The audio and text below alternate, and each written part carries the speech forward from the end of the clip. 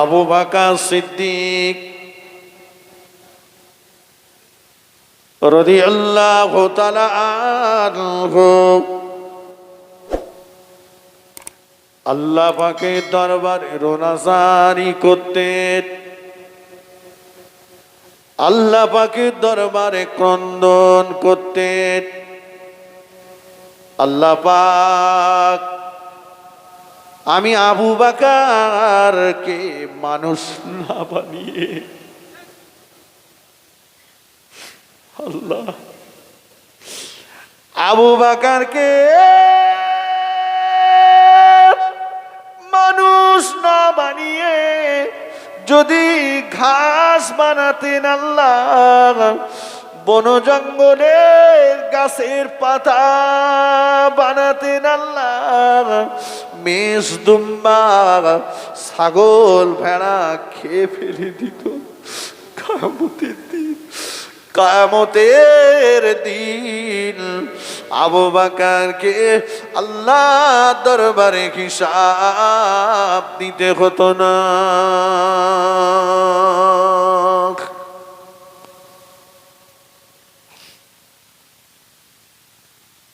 আবু বকরের এত নেকি, আবু বকর কাঁদছে, আল্লাহ মানুষ না করে যদি ঘাস করতেন, মেষ দুম্বা ছাগল ভেড়ারা খেয়ে ফেলে দিত, কিয়ামতে আমাকে হিসাব দিতে হতো না।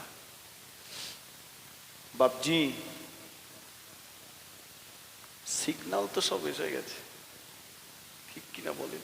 একটা করে সিগন্যাল এসে গেছে, চুল পেকেছে, দাড়ি পেকেছে, সিগন্যাল তো এসে গেছে, চলে যেতে হবে। কি হিসাব দেব? ভেবেছি কোনোদিন বসে বসে কেঁদেছি, না চলে যাব তখন একা, কবরে তো একা, কেউ যাবে না সঙ্গে।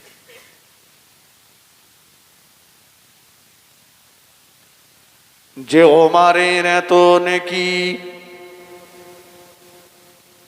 ওমর রাদিয়াল্লাহু তাআলা আনহু কাঁদিতেন, রোনাজারি করতেন আর বলতেন, আল্লাহ পাক ও আমিন, আল্লাহ পাক মক্কা মদিনার জমিনের মালিক, যদি আমি ওমর আমাকে করে দিতেন মক্কা মদিনার নুড়ি পাথরগুলোকে যদি সোনা বানিয়ে দিতেন, ওই সোনার মালিক যদি আমাকে বানাতেন, আল্লাহ একটা বার যদি বলতেন, ওমর কবরের আযাব তোমার জন্য মাফ করে দিলাম, কবরের আযাব তোমার জন্য ক্ষমা করে দিলাম, আমি ওমর সবগুলোকে আপনার রাস্তায় দান করে দিতাম।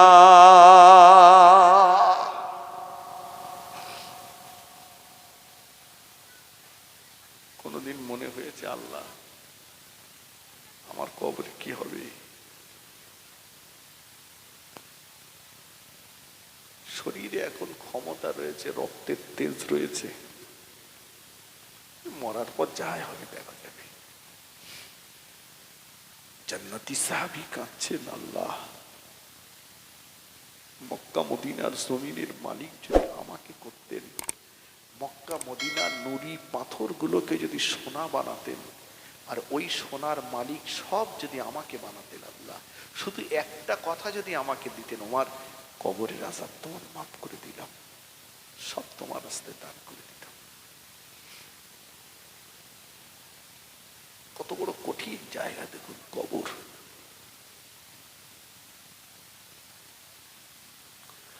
আল্লাহ নবী বলতেন, আল্লাহ নবী বলতেন, ফাতেমা ও আমার বেটি ফাতেমা, নবীর মেয়ে বলে যেন, নবীর বেটি বলে যেন নামাজে, ইবাদতে, তেলাওয়াতে যেন অলসতা করো না মা। নবী নবীর মেয়ে বলে কবর তোমাকে ছেড়ে দেবে না মা, কিয়ামতের দিন নবীর মেয়ে বলে আলাদা করে কোনো বিচার হবে না মা। খবরদার মা, নবীর মেয়ে বলে যেন নামাজে ইবাদতে তেলাওয়াতে অলসতা করো না মা। দয়ার নবী নূরের জবানে জানিয়ে দিয়েছিলেন, ও আমার সাহাবীরা শুনে রাখো, আল্লাহর ফেরেশতা জিবরিল আমিন আলাইহিস সালাম জানিয়ে দিয়ে গিয়েছেন, আমি রাসূলুল্লাহ বলছি, আল্লাহর পক্ষ থেকে জিবরাইল আমিন বলে দিয়ে গিয়েছেন। আল্লাহ নবী বললেন, ও আমার সাহাবীরা, ফাতিমা তু সাইয়্যিদাতুন নিসাই আহলিল জান্নাহ, আমার ফাতিমা হলো জান্নাতি নারীদের সরদারিনী।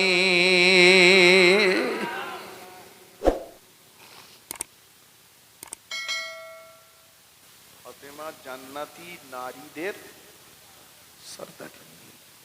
সেই ফাতেমাকে নবী বলছেন, ফাতেমা নামাজে ইবাদতে তেলাওয়াতে যেন অলসতা করো না। আমাদের ফাতেমারা তো সব সাতক্ত করে নামাজ পড়ে, ঠিক কিনা বলে? এদের সব ছাগলে পাগল করে রেখেছে। আর এখন এই যে লক্ষ্মীর ভান্ডার ঢুকতেছে না, স্বামীর খুব একটা লেয় না। তুমি আমার কি দাও? ফাতেমাতুজ জাহরা রাদিয়াল্লাহু আনহা 5 ওয়াক্ত নামাজ তো দূরের কথা, তাহাজ্জুদের নামাজ কাজা হতো না। সুবহানাল্লাহ বলেন, একটু মন খুলে বলেন। তাহাজ্জুদের নামাজ কাজা হতো না ফাতেমার।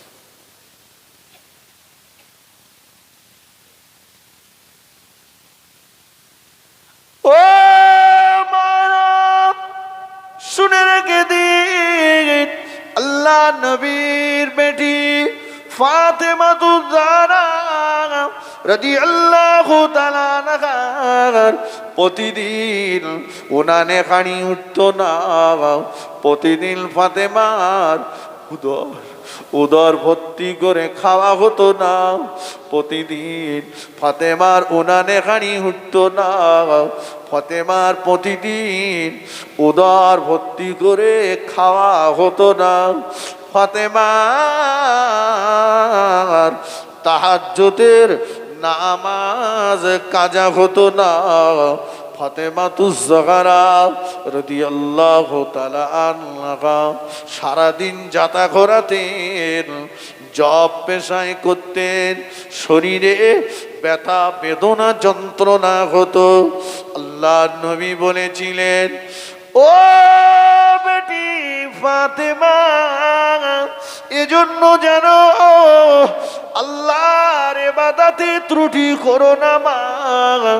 ও মা ফাতেমা, ঈশার নামাজের পরে 33 বার সুবহানাল্লাহ, 33 বার আলহামদুলিল্লাহ, 34 বার আল্লাহু আকবার পাঠ করবে মা।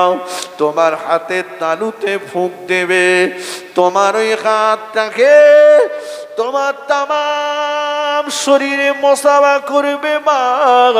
আমি তোমার আব্বা জান বলে দিলাম, এ তসবির বাবার কাছে আল্লাহ পাক তোমার সারা দিনের ব্যথা বেদনা যন্ত্রণাকে নিবারণ করিয়ে দেবে।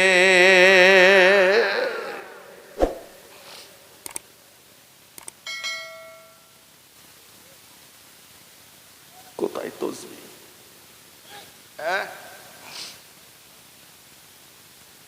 আমাদের ঘরের মেয়েরা একটু সময় পেলে বলে লুডু খেলি,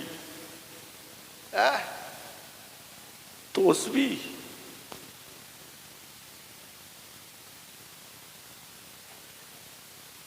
আইবুড়ো বয়সে বিয়ে করার জ্বালায় একটু কোরআন শরীফ শিখলো। কত বোঝেননি? কোরআন শরীফ এনে বাপ শ্বশুর বাড়ি এনে রেখে দিয়েছে, কবে কেটা মরবে সেই দিন পারবে, তার আগে না। কোরআন পড়ার সময় নেই ওর, শুধু বলতে হুজুর একটু তদবির দাও দিন, হুজুর একটু তদবির দাও দিন, একটু তদবির দাও দিন। তদবির কি করবা? তোমার তদবির কোরআন শরীফ গলায় ঝুলিয়ে দিলেও কাজ হবে না। কেন? তোমার ঘরটাকে তুমি দুষ্টু জেনেদের আড্ডাখানা বানিয়েছো, শয়তানের আড্ডাখানা বানিয়েছো। যে ঘরে নামাজ হয় না, কোরআন তেলাওয়াত হয় না, ও ঘরটাতে শয়তান দুষ্টু জেনেদের আড্ডাখানা হয়ে যায়। সকাল সন্ধ্যায় ওই বাড়িতে একটু কোরআন শরীফ পড়ো, দুষ্টু জেনেরা ওখান থেকে পালাবে। কোথায় কোরআন শরীফ পড়বে? এখন মাশাআল্লাহ সব বরকত হয়েছে। কি বড় টেলিভিশন না থাকলেও ছোট টেলিভিশন সব কচির মার কাছে আছে। কথা ঠিক কিনা বলেন? কচির মা চালাচ্ছে। হ্যাঁ, আমাদের মা চাচিরা সব কাঠের জালে উনানে রান্না করত, ঠিক কিনা বলেন? সংসারে শান্তি ছিল। এখন কচির মা টকাশ করে মারতেছে, ফোকাস করে হয়ে যাচ্ছে। আর এই রান্না করছে, সামনে মোবাইল, ওইদিকে দেখছে আর এদিকে মাল দিচ্ছে। দেখা যাচ্ছে লঙ্কা 3 বার দেওয়া হয়ে গেছে, লবণ ও 2 বার 3 বার দিয়েছে। ও তো দেখা ওইদিকে। স্বামী মাঠের থেকে কাজের থেকে কষ্ট করে বাড়ি এসছে, এসে দেখে যা রান্না করেছে এটা খাওয়ার মতন না। হ্যাঁ, কালী পুজোর ঢোলের মতো গুরুম গানাম খানিকটা অ্যাকশন ছেলকে দিলে একে দমে বলতে, তুই তালাক, তোর বাপ তালাক, তোর মা তালাক, গোষ্ঠী শুধু সব তালাক, বেরো এখান থেকে। কথা ঠিক কিনা বলেন? অশান্তির আগুন জ্বলছে, শান্তি নেই, পাগল হয়ে গেছে। আর মোবাইল না দিলেও ঠান্ডা থাকবে না।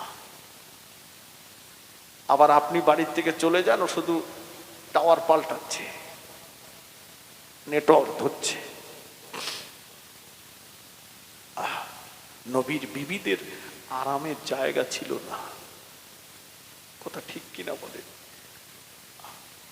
ফাতেমাতুজ জাহরা রাদিয়াল্লাহু আনহা এসে আমার নবীকে বলছে, আব্বাজান আমি আগে জান্নাতে যাব না আমার মা আয়েশা আগে জান্নাতে যাবে? আপনাকে আজকে বলতে হবে আমাকে।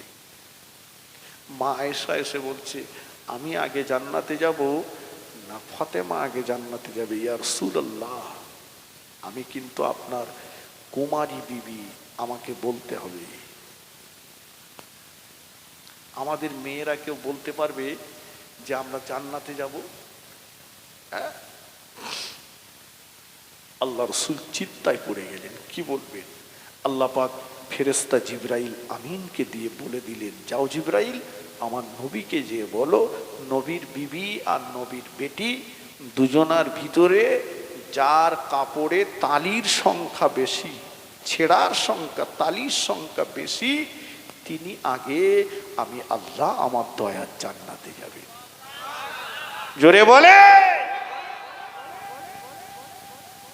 এখন আমাদের ঘরের মেয়েদের যত অভাবই থাক, ছেঁড়া কাপড় এরা পরবে। হ্যাঁ, কাপড় যদি ছিঁড়ে গেছে সময় মতো যদি না এনেছেন, তা স্বামীর মাথা চিপকে খাবে। কথা বোঝেনি? দুটো একটা মেয়ে ছেলে আছে, স্বামীরই গাল দিচ্ছে, বলে তোর মাথা চিপকে খাবো। এখানকার মা বোনেরা ভালো, এরা মাথা টাথা জীবনে খায় না, এরা সুযোগ পেলে একটু লেজা খায়। হ্যাঁ, ওরা লেজা খায়, মাথা খায় না। কথা বুঝুনি?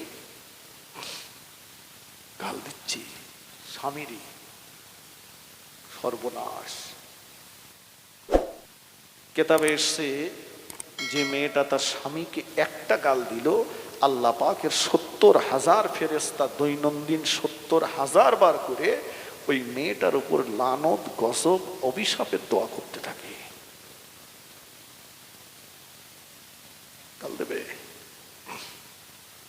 হ্যাঁ, কাপড় ছেঁড়া। এখন তো মেয়েরা নিজেরাই কাপড় কিনছে বাড়িতে বাড়িতে। এরা বাজারে না গেলেও কাপড়ওয়ালা, সবজিওয়ালা, মাছওয়ালা, ফেরিওয়ালা সব বাড়ি বাড়ি আসছে। আসে না? আমাদের কচির মা যে ওই ফেরিওয়ালা কাপড়ওয়ালার পাশে এমন করে দাঁড়িয়েছে, দেখলি মনে হবে যেন ওই ফেরিওয়ালা ওর আগেকার স্বামী। এত ভালো করে নিজের স্বামীর পাশেও দাঁড়ায় না। স্বামীর পাশে দাঁড়াতে গেলে লজ্জা লাগে। দেখবেন বাড়ি আছে, যত ছেঁড়া মাল সব বার করেছে, ছেঁড়া, ময়লা, নোংরা, সেই সব ঘুরে ফিরে গায়ে দিয়ে দিয়ে শাড়ি, নোংরা শাড়ি, নোংরা ব্লাউজ, সব নোংরা জিনিস পরে পরে, পুণ্যগুলো পরে পরে স্বামীকে দেখাচ্ছে। এবার কুটুম বাড়ি যাবে, এইবার বাক্সর থেকে মাল সব বার করতেছে, শোকেস থেকে তোলা মাল। ইসলাম বলেছে সেজে গুজে তোমার স্বামীর দেখাও, স্বামীকে দেখাও, স্বামীর সামনে যত পারো সাজো, ওটা তোমার জন্য জায়েজ। সুবহানাল্লাহ বলেন। এ যখন কুটুম বাড়ি যাবে তখন মরণের সাজা সাজবে, আর বাড়ি থাকলে তখন মাল সব পুণ্য পড়বে। তার মানে বোঝাবে, দেখো কি কষ্টে আমি জীবন যাপন করতেছি।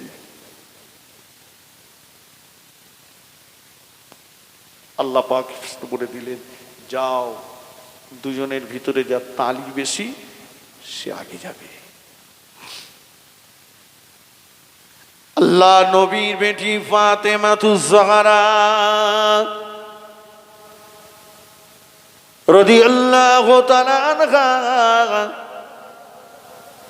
ছুটে ঘরের ভিতরে চলে গেলেন, দরজা জানালা বন্ধ করে দিলেন, নামাজের পাটিটা নিয়ে সিজদায় পড়ে যে আল্লাহ পাকের দরবারে অঝরে কাঁদতে লাগলেন। আল্লাহ পাক, আমি ফাতেমা আমার কাপড়ের তালির পরিমাণটা যেন আমার আম্মা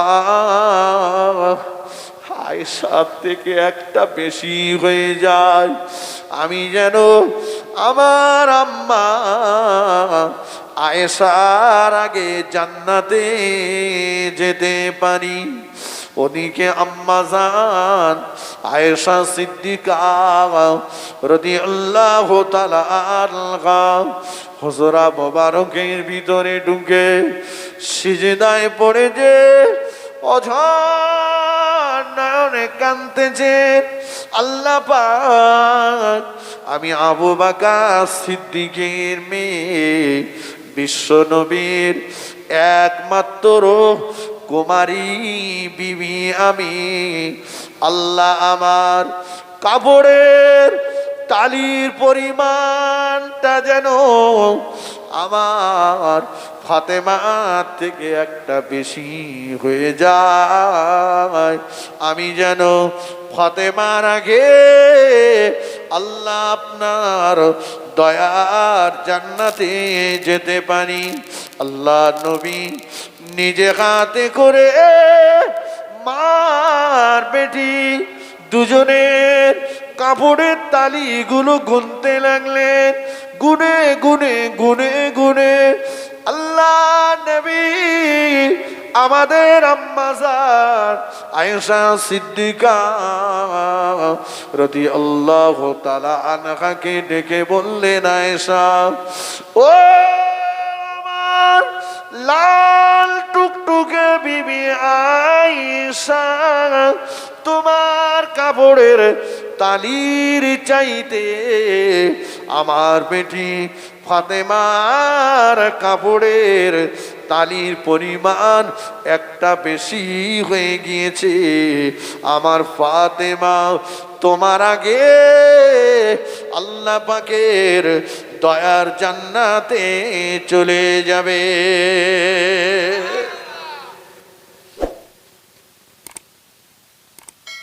আম্মা জানের মনটা খারাপ হয়ে গেল।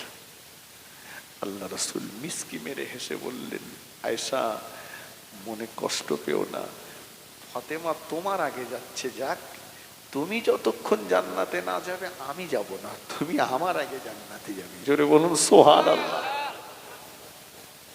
মা আর বেটি দুজনেই তারা জান্নাতি। কোথায়? এই ফাতেমাতুজ জাহরা রাদিয়াল্লাহু আনহা জ্বর, খুব জ্বর, রমজানুল মোবারক মাস। আলী বলছে, ফাতেমা সেহরি করতে হবে না, রোজা তোমার রাখতে হবে না, ফাতেমা রোজা রাখতে হবে না, তুমি অসুস্থ, তুমি জ্বরে আক্রান্ত, রোজা ছেড়ে দাও। আমাদের কচির মা বলে, এই দেখো, কচির বাপও বলছে, কচির বাপ কচির মারে খুব ভালোবাসে, বলে কচির মা রোজা রাখলি না তোমার চেহারা নড়বড়ে হয়ে যাবে, দরকার নেই, রোজা তোমার করতে হবে না, তুমি হাতির মতো চেহারা নিয়ে ঘুরে বেড়াও। কচির মা বলে, কচির বাপ যখন আমার এত ভালোবাসে তা রোজা আমার রাখার দরকার নেই, আমি মরণের খাওয়া খাই। ভালোবাসা। ফাতেমাতুজ জাহরা রাদিয়াল্লাহু তাআলা আনহা বললেন, ও আমার প্রাণের স্বামী, শরীর আমার অসুস্থ, কিন্তু না, রোজা আমি ছেড়ে দেব না, যদি আমার মওত হয়ে যায়, যদি আমার মরণ হয়ে যায়, রোজাদার হালতে হয়ে যাবে, রোজাদার অবস্থাতে হয়ে যাবে, আমি রোজা ছেড়ে দেব না। ফাতেমাতুজ জাহরা রাদিয়াল্লাহু তাআলা আনহা সেহরি করলেন। সেহরির পরে বাবাজান ফাতেমাতুজ জাহরা রাদিয়াল্লাহু তাআলা আনহা একটু বিছানায় শয়ন করলেন। একটু বাদে ফজরের ওয়াক্ত এসে যাবে, শয়ন করলেন। আর ঘুমের ভিতরে স্বপ্ন যোগে দেখতে পাচ্ছেন আল্লাহ নবী দিন ও দুনিয়ার বাদশাহ হাবিবুল্লাহ